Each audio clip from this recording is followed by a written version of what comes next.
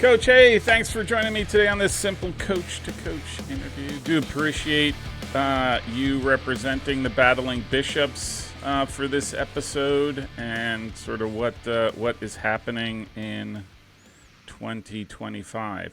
I will say I've been doing a lot of research and I decided I really have to up my game. So I think I'm going to title this this particular interview. Coach talks about the total destruction of U.S. soccer and everything around it, because that's the one. Those are the videos that seem to really go far on on YouTube. So I'm just going to tag along for that one. So I hope you're okay with that. We've had some good examples of U.S. soccer implosions recently. So. Yeah. It's funny. It's totally random, but YouTube and X and all this stuff. And I joke now. It's like, oh, let me guess, another video or another post about the world coming to an end. And it's just like, yep, that's it, and it just never changed. Anyhow, I refuse. I stand athwart of the destruction of U.S. soccer. So anyhow, back to what matters. Again, thanks for joining me. Hey, I just want to start out by just jumping right into it. I'm not brand new coach, but brand new head coach of one of the storied programs in, I'll just say, all of college soccer. Yep. Where's your head at in regards to 2025? What are you thinking? How do you see things shaping up for you? Yeah, I mean, the last time we talked, I'd just taken over, so a lot of it was just trying to, introduce myself to a lot of people in the program and alums and kind of start to make my mark and things like that. And then right now, I've watched, some of your recent videos, and for me, I'm definitely ready to get the season started. I think, this is the first time in over a decade where I wasn't also coaching club. So I'm going to Seattle tomorrow for the ECNL Nationals, and the previous 7-8 years I'd be going to coach one or two teams on top of that. So it's been nice to have time to not be busy with club, which has given me a lot of time to kind of plan and I think like most coaches now, we're a little antsy because, you do all this planning and everything, but until we start, you don't know, what you're going to have and what you got to work on and things like that. So I think when we talked last time, I was not super interested in the soccer part and just trying to, organize and lay my foundation. But now I'm ready to get things started. So I've had a lot of time on the road recruiting with my assistant, Hector. So we've had a lot of informal time to catch up in the car rides and just kind of brain dump on things we want to work on. So I think now it's kind of piecing it together, and honestly, I'm just really ready to get this thing started. So, yeah. What? So, I mean, because when we spoke, I mean, you were new. I literally think the announcement came out a week earlier or something like that close. So it's not like you actually had anything under your belt. I mean, you've been at Wesleyan for a while, or for 10, 11 years, I can't remember. 11 years. Yeah. And so I'm just curious because your role changed. I mean, did you experience something completely different, like you weren't expecting it, in spite of your role of being an assistant coach? Did it feel new? You were like, what the heck? I mean, I'm assuming you didn't have to find the bathrooms, which is a positive, but was it a new thing, or was it just sort of like, hey, I'm just tweaking around the edges here? I mean, the only difference is, like any head coach, it's, I have the final decision now, and that's an exciting part, obviously. And I think just naturally, I mentioned Hector, and, we have Chris Geddes, who's another one of our assistants. Now it's more where I'm kind of asking for their input and opinion on what I'm thinking. And obviously those two guys do a great job giving me their honest opinion, which is why I like having them on staff. But I don't think anything's felt different. I mean, I think, like you talked last time, you were asking me, what am I going to do differently and what's going to be the same and things like that. So I'm still trying to, prioritize. Obviously, there's things that are going to be the same, but it's really exciting that I'm going to have a chance now to have my own twist and addition of the program. So I don't think anything's felt different. Like I said, it's just this weird downtime where all these plans and things are on paper, but I need to, I want to start doing it so I can actually see kind of where we are. But, I think the other unique thing about me is, I was an assistant here for so long, but I mentioned the club stuff, and I've been, I've had director roles and head coach roles in clubs. So in terms of like starting new or running the thing that's my own style, that's not new at all. It's just kind of taking all those previous experiences and seeing what lines up correctly for a college program, because obviously those other things are a little bit different in context. But yeah, I think it's been pretty smooth. It's just I said it for the 10th time already. It's just I want to get started with actually doing it so I can see what's sticking. So can I ask, like, how, just on the recruiting trail, what's the reception been like? Does it change your conversations with potential recruits with that recruits, or is it same thing? Like you're just going to you just keep going. This is what we're gonna keep the program at its high level. Yeah, I mean, even this class coming in, like obviously with recruiting, I've always had a big role. So even in the early processes, and then even guys who committed after, obviously Jay announced that kind of earlier, so they were already kind of in the know that it was going to happen. So there was no like hiccups or anything. I think they were excited about the program first and foremost, and then as the year went on, just kind of talking with them about what it's going to be like and things like that. And I think with recruiting now, like I've been recruiting, hardcore this summer. And, we've always, even when, Jay and I were working together, we've always focused on, the program first above anyone else.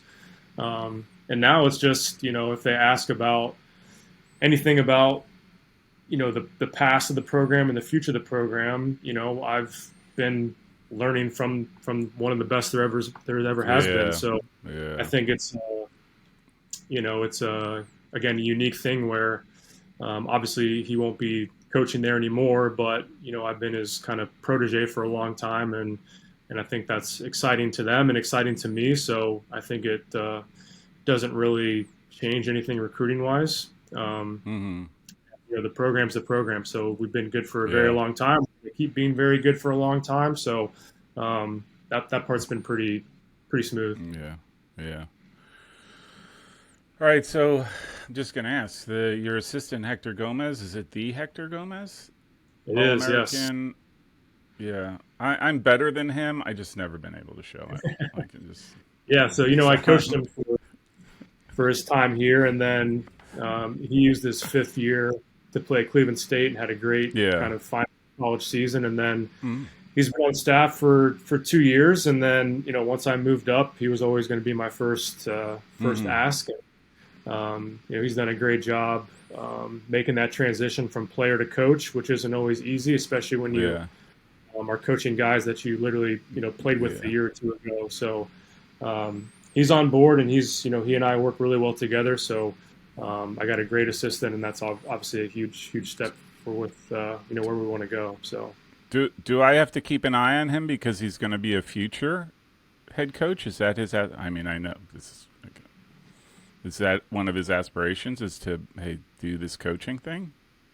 I think so. I mean, I think just like when I was in his shoes, I just wanted to get into the college game and see what I thought about it. It's not for everyone, and not everyone does it for the rest of their lives. So I think he's really just kind of he's a younger coach and is motivated and really excited to kind of start this new era with me. And then like any head coach, assistant coach position, I'm going to relationship. I'm going to, show him what I know and help him get better, and he's going to make me better too. So I think for the time being, we're really focused on, the next couple of years and what we do, and then, whatever happens after that happens. Okay.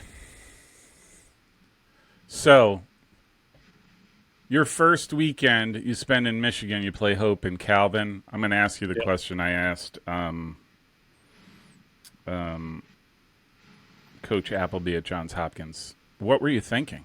Like, way to start your like, hey, can you make it harder? I don't know, but I'm just curious. Like, what was the thought behind that? Yeah, I mean, we've done that trip, here or there for all 11 years, and it's a great. I mean, I think literally all 10 years we've had incredible games with them. Whether we're hosting there or going up there, they both have, really, especially this year, Calvin's. I think their new complex is officially done when we played there. Oh my 2 years gosh! ago. Have you seen the pictures? Like, holy mackerel! Like, yeah. It's not Division III stuff. You know what I mean? Yeah. So for us, it's like honestly two of my favorite places to play. Any year we go up there to start, it's just such a great, like eye-opening experience for the team, and especially the younger guys that, welcome to college soccer. You're going to be playing two great programs back-to-back days. And even just, one of the concepts is to get them to feel, a weekend where hopefully we replicate that, at the end, at the, the postseason. So it kind of gives us a good rep of, traveling, playing two good teams, and just that big environment. I mean, whether it's home or away, they're always huge crowds, they're crazy games, and no matter what happens, we use that to kind of springboard the rest of our season. So, so I love it. I think especially with Calvin, I've played them, probably 14 times in my 11 years, and I think the goal differential in those games is like 1 right now. So we always have really great games in Hope. So I love it. I mean, we always play a really tough schedule, and I'm definitely excited for that. And we had 2 great games with them last year, and they want to beat us every year. We want to beat them. So it's a great college season starter for sure. That's like an opening weekend for them for their new stadium, or redone stadium. So it should be. I mean, that's got to be pretty cool. It's just going to be really cool. Like, I'm jealous. I'm jealous. So I'm going to report. That's making it official. I'm reporting to Ohio Wesleyan. You have me on your roster, whether you like it or not, for at least a couple weeks, and you can cut me.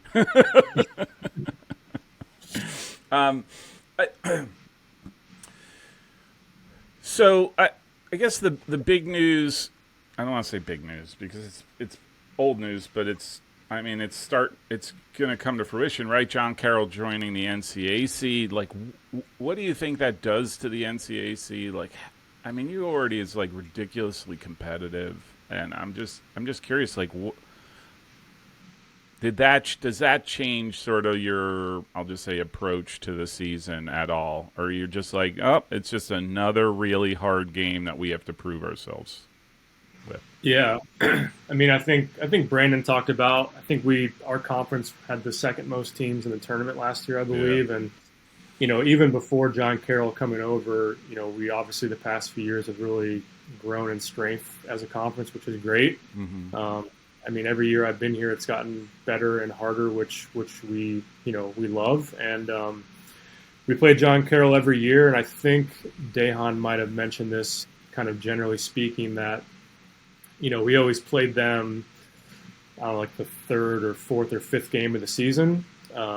So, usually at that point, everyone's still trying to get a feel. Out. So, playing them, whenever we do, obviously later in the year will be a different feel than in the past, but we play them every year. So that part won't feel any different. Just the timing and obviously being in our conference makes it a little more at stake, I guess. But yeah, I think, obviously in our conference, only the top 4 teams make it, and it's been much tighter in previous years, and it's only going to be that much more competitive. And I think, I think most people, when they look at it, they look at the kind of the usual top four teams, and obviously John Carroll coming in makes it, five. But I think people have to realize that, the quote unquote rest of our conference is also getting better as well.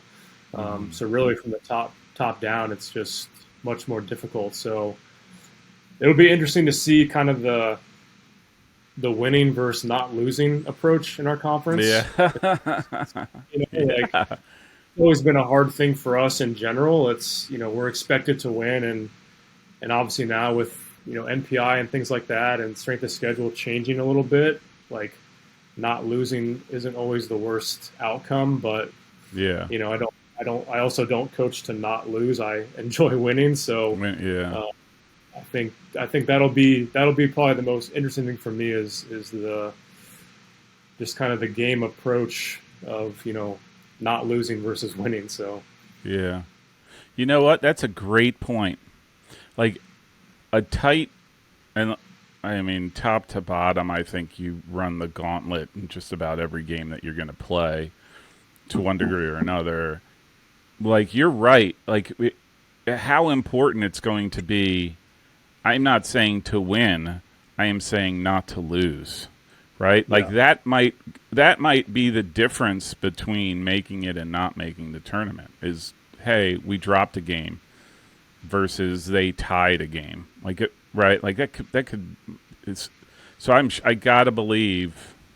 Yeah. I mean, what are your thoughts? I mean, does that going to change your, and again, you guys are different, so I totally get that, but could that possibly change? You're on the road, just making it up, you're on the road at Wittenberg, you're not getting the result you think you're going to get, it's tied, you got 15 minutes left, and you're like, we just need to lock this, whatever the result is, we just need to lock it. Do you think you're going to do, can you see that happening? Like, because, yeah. Yeah, I just think it's weird. I think that in previous years, like let's say maybe before the pandemic, like for us when it was kind of more of a two school conference, meaning, us and Kenyon were 1 and 2 for a long time. And, if we didn't win a game and Kenyon won the next day, we were pretty much done. Yeah. I mean, it was, we didn't beat them or if we dropped points, it was over. So I feel like this, recently and also now in the future, like if you do, if you're on the road, like you said, and maybe you have to kind of think about getting out with a point, I think it's going to be less detrimental than in the past. So it's a weird kind of balance because the other crazy thing is I've never felt that like home field advantage in the conference tournaments, like anything special, like especially when our conference has so many good teams. I love winning on the road more than winning at home. So I don't think teams are going to be really like prioritizing. We have to, finish first or second to get home field advantage. I think it's just we got to get in that top 4. So because it's a whole other season, as you know. I mean, I think I can't remember the last time a team won the postseason conference tournament as a home team. I mean, I can't. At least the last 4 or 5 years, I feel like it's been the visiting team. So, I think it'll be really interesting. But I think dropping points or getting ties is not going to be as devastating as it maybe has been in the past. But I mean, I think for us, that's probably my. Like, I love winning, and there's definitely been times here where we were tied and we just were like, all right, we're not tying this game. Like, we're going for it. And there's been times it's paid off and times where we ended up losing late or whatever. I think last time we talked about, some of our, lost to Mary Washington late, lost to Chicago. Going back, of course, you're like, well, could we have snuck into overtime or gone to PKs and, maybe snuck there. But I don't know. I'm competitive. Like, I'd rather, not trying. I get that. I do think, right, like, I don't think number 1 spot is as big of a deal anymore. Yeah, you want to win.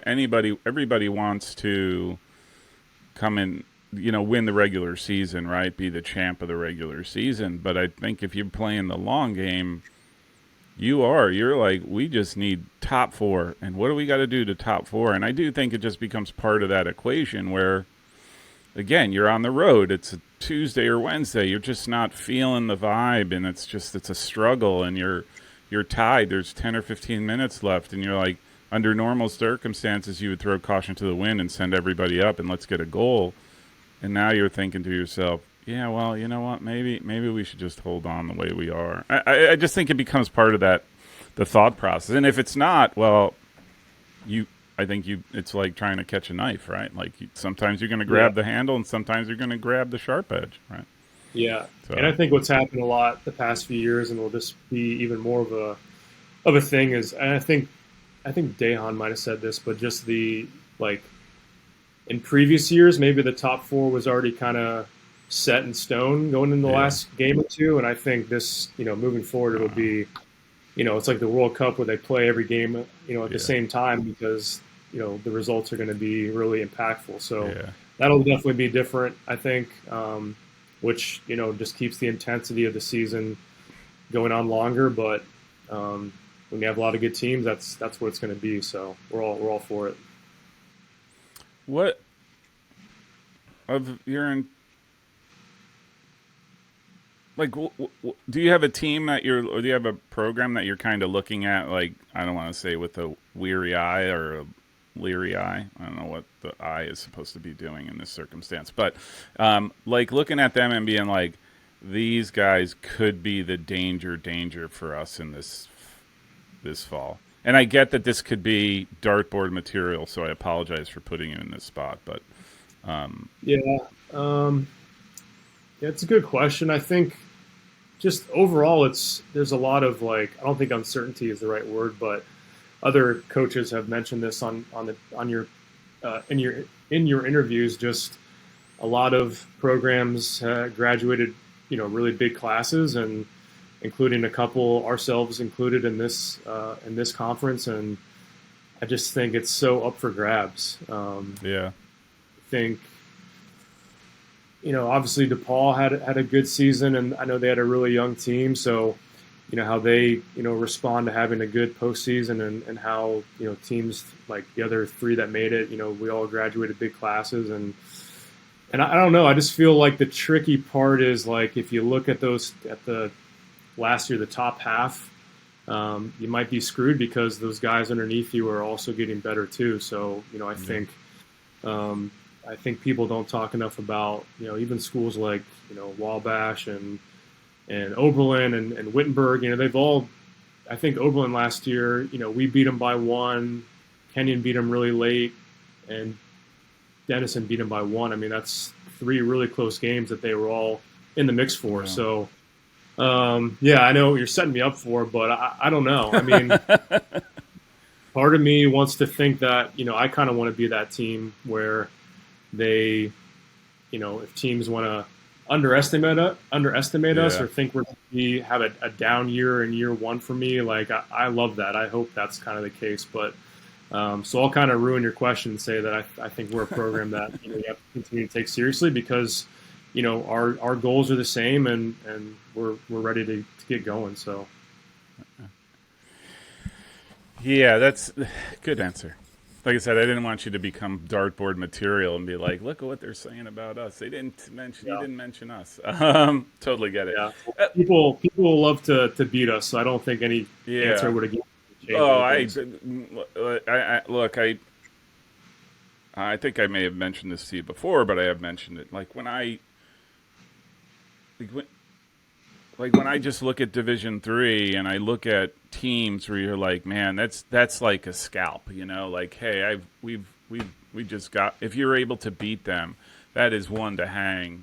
Like, you guys are one of them. I think just because of your, again, the tradition, the history, all of those things, you guys, and it's not something. Like, I'd rather be in your shoes than in a team that doesn't have that history and that tradition, right? Like, it's a great program, and you become the scout for a lot of people, and I think that's what makes you better. But I also think that's what makes seasons can be really difficult, right? Like, because everybody's gunning for you. It doesn't matter who. Yeah, but the other weird thing here is like, we've been good for a really long time, and I mean, we talked about this last interview. Like, we had a great season last year. We were one of the best teams in the country last year, 100%. Yeah. But it's, the pressure here is that that's normal. So when we have a great year, no one really says a whole lot about it. The climb is much easier than maintaining the top. So last year we made the second round, and that's what 375 teams would have gladly traded their season for us. Yeah. The weird thing for us is we are still left with an empty feeling in our stomach because we could have gone farther. So always a weird thing with us, but yeah, I mean, we've had, in my 11 years here, there's been a couple teams that celebrated a tie or a win, like they just won the World Cup, and that's a weird compliment to digest. But I love it. So I mean, the standard is, like you said, it's just super high, and I try to remind myself, and it's because of a conversation I had going back with Kyle Desatel at Tufts, right? Like, they make the NCAA tournament, they make it to the second round and lose to Buffalo State, and I'm just kind of like, oh, you must be so disappointed. And I'm like, what? Like, it's a terrible season. It's almost like, oh, you didn't get far enough. And I'm like, there's only like 30 some odd teams left at that point. Like, how bad can it be? And I look at you, and so I have this totally different thought process around, you make the NCAA tournament and you travel to Fredericksburg, right? Like, you go to Mary Washington, which, again, you go and you run the gauntlet and you come close. Like, you guys were in the thick of it, right? Like, not, and I think, man, what a great season. And I think to get farther, you kind of sort of need things to happen that I don't want to say are out of your control, but you kind of, like, the soccer gods got to look favorably upon you. And, you know, what if one of your opportunities goes in and their goal doesn't? You know what I mean? Like, and then you just flip the script, and now you got all this momentum. Anyhow, I could go down a rabbit hole on that one. Well, and then also, like, we go up to Hope and Calvin. We're going to Bethany this year, which, was a 3.5 hour, bus ride. And great grass field if you can play there, by the way. Their bowl, what a fan. I mean, one of my favorite spots. Anyhow, sorry. Yeah. Sorry to interrupt. So, we just want to, we went to Fredericksburg 2 times in 3 years, and just that, you've talked about it with other coaches. I mean, and especially with Brandon about the whole, 1 million games in 2 months. And, we had 2 guys who didn't play last year because they had ACL injuries. And when you go to day 2 against Mary Washington and you're, running on fumes, it's stuff like that. Those 2 guys would have made a big difference for us. But up to the soccer gods. So. Yeah. Like I said, you just kind of need this sequence of events that are just sort of haphazard. You got to put yourself in that position, but sometimes it's literally the way the ball bounces or what have you. Yeah. What? This is another dartboard, so I apologize. Okay. It's November 15th. I send you an email to get you on for an interview. You come on board, and I ask you, how do you think your season went? What would you qualify as a success for a successful season? Your first successful season. What would that look like to you?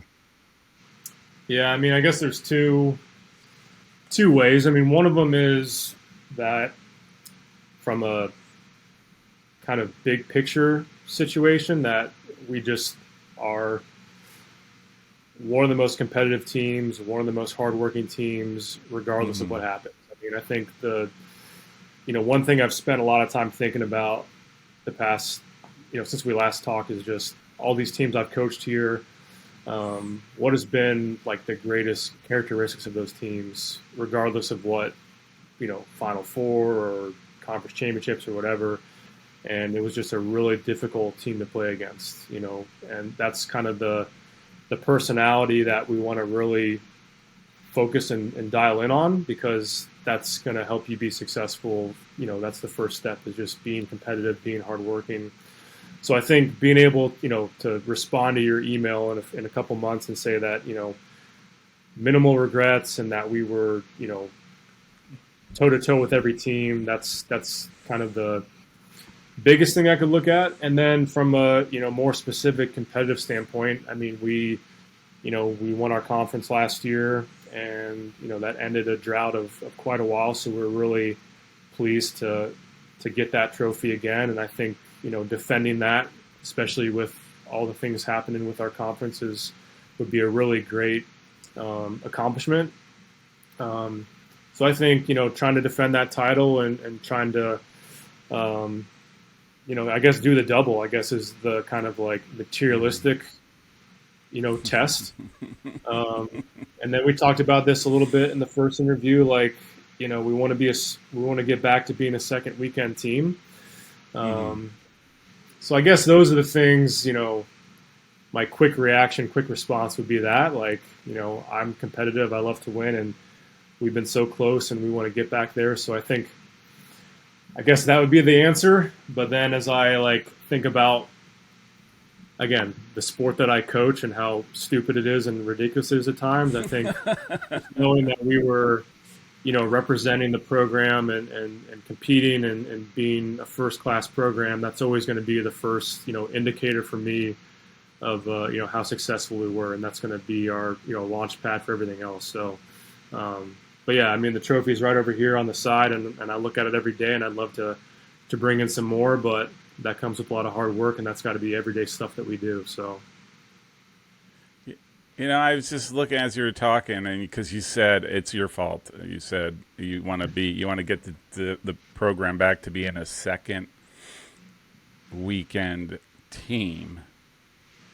In 2021, your first weekend, you played Calvin. You lost Calvin 1-0. In 2022, you played Mary Washington. You lost to Mary Washington 1-0. 2023, you lost to Chicago in Chicago 2-1. And then obviously last year again, Mary Washington. And I always look at, to me, 1-0 games are the ones to turn. Like at some point you're like, that's the game that we have to flip, right? That's why I look when programs aren't doing as well. I'm like, how many 1-0 games are there? I'm like, you're close. Like to me, like if you one goal, it's been 1-goal games for the last 4 years. That's how close you are. To me, it ends up being like, yeah, it's remarkable. And the fact that you've been there for the 4 years, like it's remarkable too. But and even I don't remember if we talked about it last time, but like right now, all we can do is come in the best shape possible, because once we do that, then we can get going and not, tire out by the time it gets to the postseason. I also think, we were top 15 or top 20 in the country this past season in goals and assists and goal differential. So we wanted to, the past few years, be a lot more aggressive with, you can score on us, but we're going to score 3 goals. Like, I don't care if you score. We're going to score more than you. I know, we talked about being a Barcelona fan, and you got that jersey behind. That's their MO. I mean, they're going to score more goals than you, So I think that's part of it. Something we've done recently is just be more aggressive getting forward. But then I think the tricky thing is, playing at Chicago, playing at Mary Washington.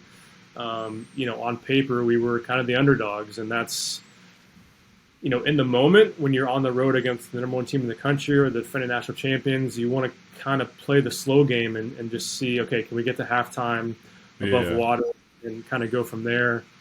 But then sometimes I think about, like, you're in the tournament, man. Just you got to go for it. Like this is it, So it's tricky. Like, I can't answer that right now. It's just that balance. But I think the one thing we want to really kind of revive is just, like, no matter what year it is or what game it is, like, we're OWU. Like, we're expected to win because we're a really good team. And having that kind of swagger and confidence, because, the teams that go far and win championships, they they are themselves more often than not, and they're not fearless, but they're like, hey, this is who we are, and this is how we're going to play, and we're going to kind of die on our shield doing that. So I think a little bit of that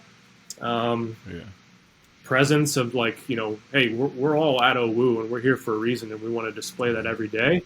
That's a big thing to come back that I want to kind of again revive and strengthen, because that's why I'm here. I'm here because I want to win things, because we're at do. So I do think, I'm not saying you guys, but I do think like a lot of teams go into the tournament already losing that first game in their mind because they don't have that attitude, swagger.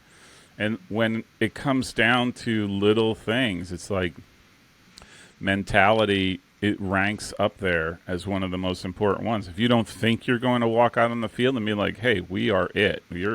They have to beat us, right? Like it's one of those things. Like then you won't get far. And I think it's super important for teams.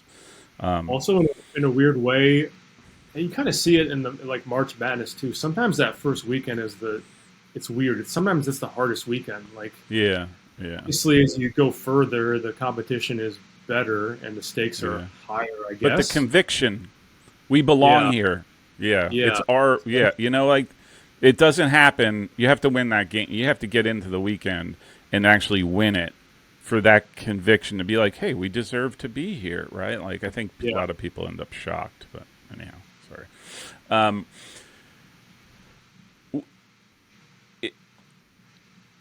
Can you just talk a little bit about the guys that you're bringing in? Like, what does that look like to you? And I'm sure I think we talked about this a little bit before, but now that the class seems to be, I guess, solidified and sort of the pieces of the puzzle that you're dealing with, I don't mean this in a bad way. Like, I think at a program like you guys, like freshmen come in to learn. They don't necessarily come in to contribute play as much as maybe other programs. How are you looking at at this class and sort of what you're going to expect from them in the fall?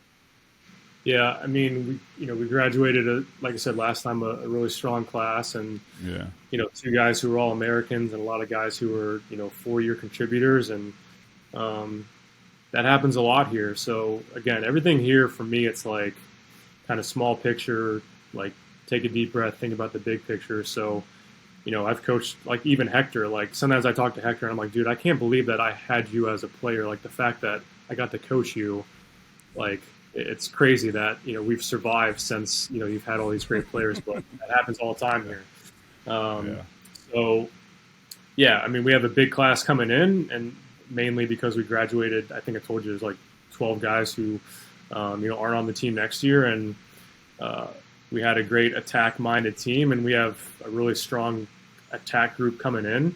A couple high school All-Americans, and a lot of guys that we've been working on for a long time, and 2 guys transferring in, 2 guys that are former, club players of mine who, we're really excited about coming in. So I think the guys that we want here, I think in the past few years, guys do come in and have an impact right away. I think on paper, when you come into a program like this, there's a lot you have to do to get on the field because there's a lot of good players. But one thing we're really big with, and I'm really big with, it's like everyday competition and being as objective as possible, because I want it to be really clear about what guys have to do to earn playing time and start and things like that. So for me, it's an open book and it resets every day. So these guys coming in, it's not just to kind of complement the returning guys. I want these guys to push these returning guys from day one. And if they earn playing time over them, great, enjoy it for that day, because the next day it starts all over again. So, so I think this class coming in, and the class that we're working on right now are, because we graduate 10 seniors this upcoming year, we're really focused on these 2 classes being, a big foundation of like, this group is the group that's going to, elevate us and move us forward. Not saying that the current guys aren't, but just really these guys I'm going to have as part of this year one for me, and have them for their 4 years with me. We're going to kind of grow together, and that's really exciting. So it's a really good class coming in. Like I said, we've done really well and been working our tails off recruiting for the 26 class, and we want to score tons of goals, and we got a lot of goal scorers coming in, so we're excited about that. Yeah. Okay, this is just popped into my head. How often do you recruit a player and you're like, because we always ask the inverted, right? Like, how many times do you recruit a player and they think they're great and then they don't amount to much, but they don't contribute in the way you think? Conversely, how many times have you recruited a guy and thinking, yeah, he's going to be, you know what, he's good to the team and whatever, and then they turn out to be a monster for you? Yeah, I mean, I think it's a great question. I think, like, when you go to recruit, I think it's really easy. I mean, the easiest part of recruiting is going to a game and being like, oh, these two guys are the best guys in the field. Yeah. That I agree with. Doesn't take long either, I don't think. But right. And I think with how we set it up with what I just said about just the competitive cauldron, and it's how I was as a player. Like, I wasn't, I was a good player, but nothing crazy special. And so I have a little bit of a admiration for guys that I know are really good players and have like the necessary skills that if you add them to a group that's very high level, that's going to elevate them. So, we might have talked about this, Brady West, who just graduated from us. I mean, he was in my club, and I didn't coach him because he was on our second team. He was like on our oldest age group second team, but he was a hardworking kid. Obviously, it helps when you're 6'3" and left-footed. So I knew he was going to come in and be able to physically, compete at the college level. Yeah. And his, mentality made his ceiling super high, and he's one of the most decorated players in our program's history. I mean, he's one of two guys that we've ever had who've been multiple All-American and academic All-American, which is an incredible achievement. Yeah. And we had same thing. Alex Bucher, who was a freshman for us, came in and started left back for us and started every game for us this past year. So I think when I can find guys, or we can find guys that have, the work ethic and the IQ on the field, those are always the two biggest things I look for. I don't care what position. If they have those two things and they come into a program like ours and a group of guys who are high level, that those guys who might have been overlooked or not taken super seriously in the recruiting process are going to be, big timers. So yes, it's great to come in like Hector, who came in and started day one and, never came off the field. Like, it's great to have those guys, but I think that I have a really good eye for guys who I know, okay, this guy's going to come in and he's going to get better every day, and his ceiling is going to be as high as he wants it to be. So I love finding those guys, and we might have talked about this last time. Just when I recruit, like these little subtle things I look for and prioritize them a lot, just as much as guys who score a bunch or make great saves, because I don't know, like, this might sound dumb, but you can't have 11 of the same type of guys on the field or even in your program. You got to have good mixtures of personalities and hard workers and game changers, and if you can kind of make a good template and find guys that fit that, then guys are going to be as good as they want to be. So that level of motivation is really big here, because I think our environment, and it's the reason I wish I would have came here, because I would have been better. Maybe I wouldn't have gotten all these awards, but I would have been better coming here, because the program just allows you, it gives you the tools to go, hey, if you want to be this good, you just have to do it, because it's all here for you. Yeah. And that's our pitch to guys recruiting. It's like, I'll give you a million stats about all these things we've won and this and that, and we think you can come in and add to that, like add to the legacy. It's all there for you. So yeah, I have a theory, and it's just a theory. It's my own thing. Like, to me, it's what makes a real program aren't those guys, and I'm not saying not, right? Like you mentioned, Hector steps on the field, gets a spot, and never gives it up in his 4 years or whatever. Right? those aren't the guys that make a program, right? The guys that give you the guys that really make a program what it is with the tradition and all that kind of stuff end up being the guys that come on board that you're like, we just got to nurture this guy. He's got all the tools. We just got to nurture him so that he finds his right role, and then he's going to grow leaps and bounds. I think that's where the battle is, if you ask me. Yeah. Getting from the outside. And I don't know if that's true, but that's sort of my take. It's not the super great guys that you expect. Yeah, they're going to do this. It's the guys who come out of it like, this guy works hard. He's big. He knows how to play both feet. Whatever.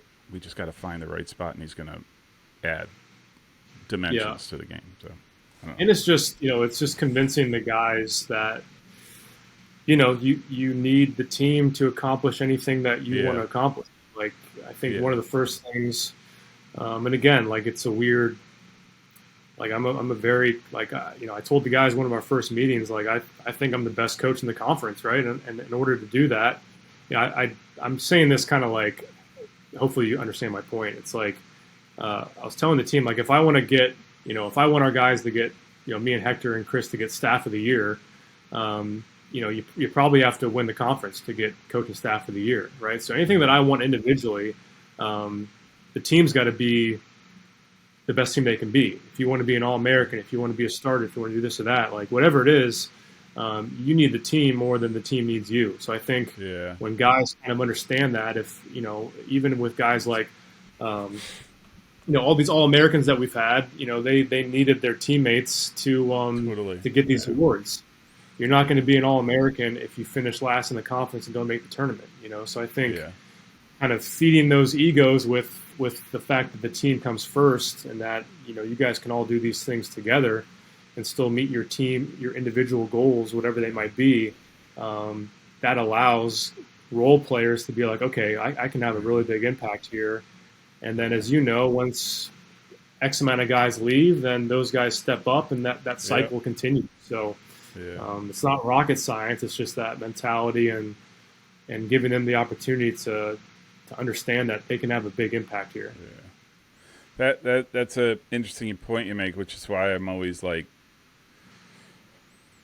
to one degree or another, college soccer, I think, mimics, I think more closely to what sort of the professional atmosphere looks like, because of, again, sort of the pressures that you have on the field, but also, if you want to be one of the best players known to everyone and you want the awards, it's not you. It is the 20-some-odd guys who are on the field who are going to make you better each day and force you to play better. Yeah. And without that, and if you don't think that, you're just going to be a good player that never amounted to, I think, never reached their full potential.